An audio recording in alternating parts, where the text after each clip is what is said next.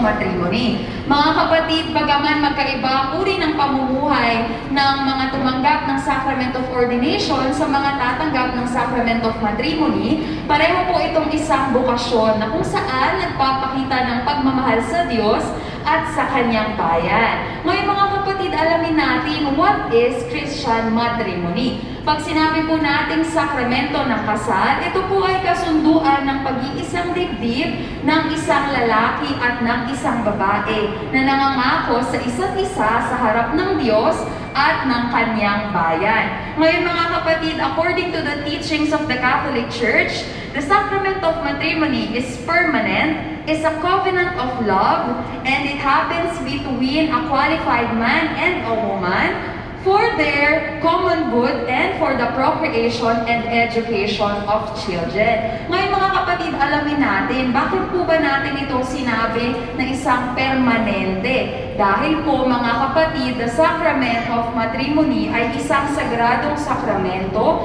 na permanente at panghabang buhay.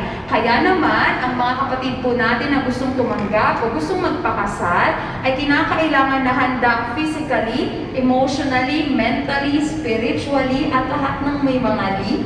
Dahil po, ang pagsasamang ito ay panghabang buhay. Sabi nga po sa Mark 10 verse 9, what God has joined together, no human being can separate. And a valid Christian marriage is only terminated by death. Kaya naman po sinasabi nila, di ba, sa kanilang mga vows, till death do us part. Paano po napapanatili ng ating mga kapatid ang kanilang pagsasama ng panghabang buhay? Siyempre, nangangailangan po ito ng strong commitment and strong foundation. Ano po ang pundasyon nito?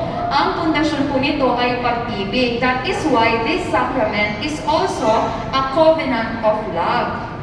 Dahil po, sa kasal ay pinag-iisang dibdib at pinag-iisang palad ang mag-asawa. Kaya naman po, they became as one.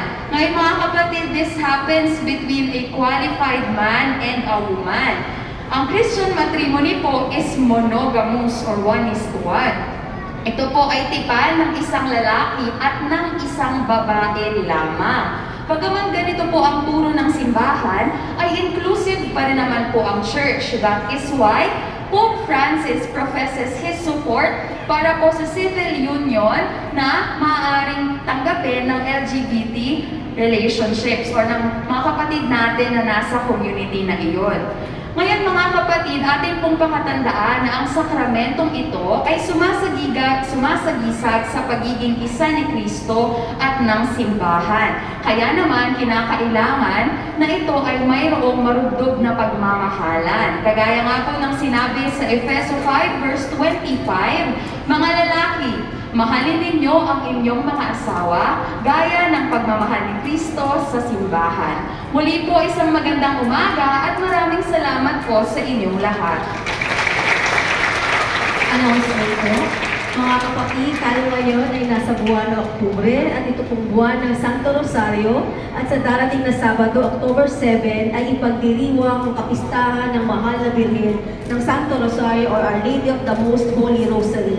Kaugnay dyan, magkakaroon po ng pagdarasal ng 2,000 Hail Mary sa ating parokya na magsisimula sa ganap na ika-8 ng umaga.